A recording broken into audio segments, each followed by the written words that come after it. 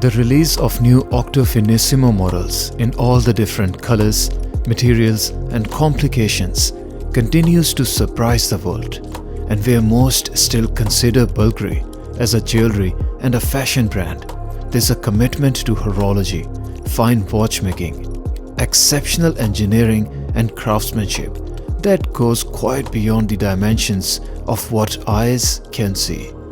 Looking at the angular, muscular and bold looks of Octo Finissimo, while many can think and say that this is yet another watch that is trying to be a Royal Oak or a Nautilus, the Octo is actually a very original design and designed by the same person who designed the Royal Oak and the Nautilus, named Gerald Genta. What's even more interesting is that the first Octo that saw the day of light was called Gerald Genta Octo. This was before Bulgari purchased the company from Genta, and he was making watches under his own name. Later in 2000, Bulgari purchased the company from Genta and decided to keep the original design of Genta and even the name of the watch. This was before the original octagonal watch by Genta, the Octo, had reached its full potential.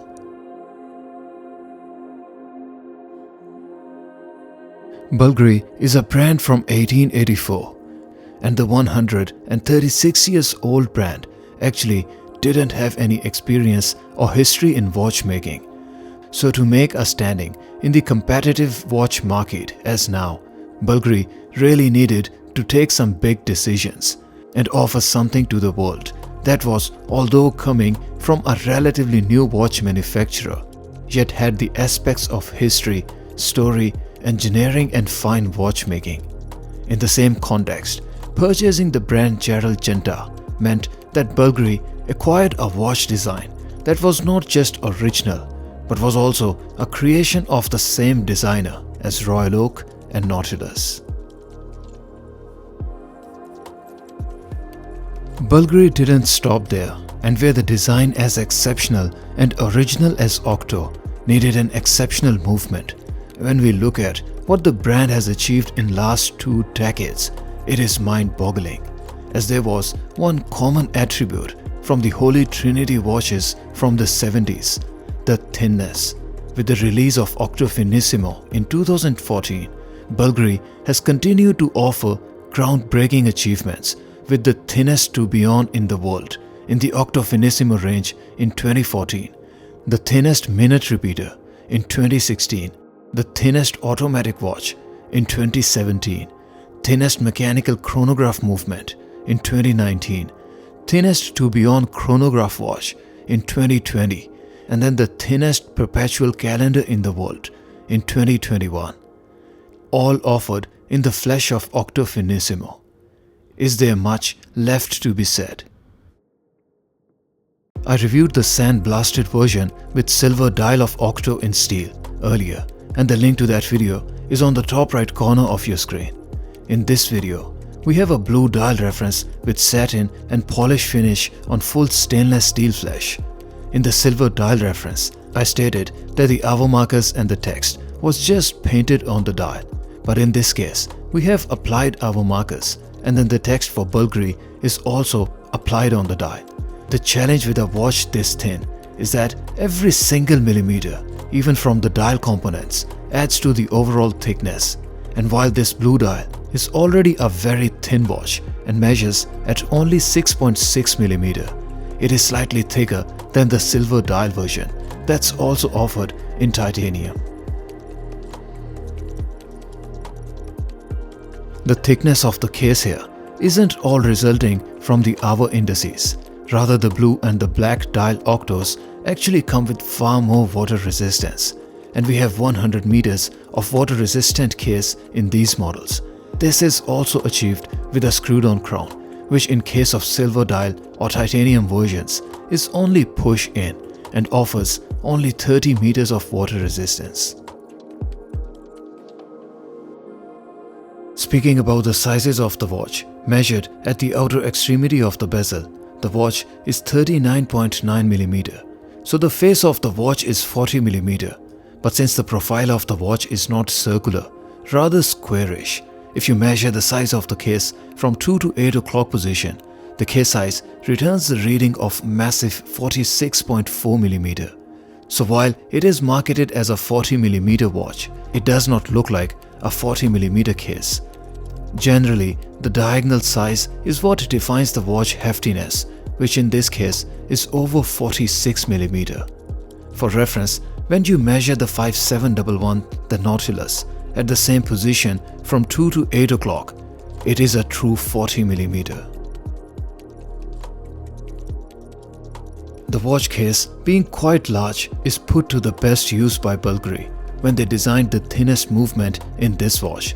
That is, instead of stacking components over each other, taking advantage of the available space, the components are split apart and distributed across the size. For the same reason, the seconds hand is not central here, and there's also a micro rotor to space out the components and offer the watch which, although is large, yet offers the thinnest experience on the wrist. Under the macro, the hour hand has dual facets and comes with polished treatment to allow the facets to reflect the light and help with the legibility. The minute hand is the same as the hour hand, and you can see that it is also skeletonized, meaning there is no lume infill in the dial hands. The dial is sunburst and the treatment is so clear that you can see the brushed radial lines without the use of any macro lens or the loop. As I stated earlier, the hour markers here are also applied, and the surface finish on them is the same as we see on the dial hands, and again no lume unfortunately. Similar is the case with the text for Bulgari, and it is applied on the dial, which adds to the overall experience of the watch. On the wrist, the Octo Finissimo sits very flat and almost flush on the wrist, to the point where it doesn't even look like a watch, rather a bracelet, in a good way. The watch face, as I explained earlier, is large, very large, so you would need to be a fan of big watches to consider it. The proportions of the watch are well balanced, and where we have an over 46mm case size diagonally, the bracelet here is wide. In fact, the widest I've seen for a watch marketed as 40mm. That is, the bracelet is 30mm at the case, and it tapers down beautifully to 20mm at the clasp. The bracelet tapering here adds elegant and formal looks to the watch, where although it is a sports watch, you can easily use it for dressy occasions. This is further complemented by the polished surfaces of the bracelet, which work beautifully with the overall watch looks and experience. The watch itself is thin, but then the bracelet is even thinner and measures at only 2.3mm, which is an incredibly thin size for a bracelet. While the bracelet on the underside is smooth, the surface on the outer side is very sharp, and if you run your finger over it, you can feel the sharp edges. I stated in my silver dial review that its pointed lugs were digging into my wrist. This surprisingly is not the case with this blue reference. I have put some thoughts into this as to why, and I believe it is due to a slightly thicker case here, which allows the lugs to sit a little higher over the wrist, preventing the sharp corners of the lugs from pinching the wrist. Again, I can't confirm what exactly is the difference in the design, but in the blue dial, I have no lugs pinching my wrist. The watch adjusted to 6.5 inches wrist weighs at 99 grams. The clasp is another interesting area, where the bracelet has a recess on the underside to allow for the clasp to sit in and offer a flush fit on the wrist. There's no easy link or quick bracelet system on offer, unfortunately. Bulgari Octo Finissimo Blue Dial is a beautiful watch with all the bells and whistles for a high-end and a hot horology Swiss watch. This all-new blue dial offers the beautiful sunburst experience, but due to the dial lacking much contrast for the dial hands and the hour markers, the contrast on the watch is not ideal. Rather, you may find it hard to read the time. It is one of the thinnest watches in the world, but the thinness comes at the cost of the size, and where it is marketed as a 40mm watch, it will look much larger. The wearability of the watch is actually very good, and with the maximum lug-to-lug of only 45.8mm, you will likely not see it flaring out of your wrist. But that doesn't change the fact that the face of the watch is still relatively large. And then when you remember that this is the original watch from Genta, and then a watch offered from the watch manufacturer that, although are relatively new, have set multiple world records in the thinnest watchmaking, you really can see why it may possibly be everything you would want in the price it carries. I should have said need.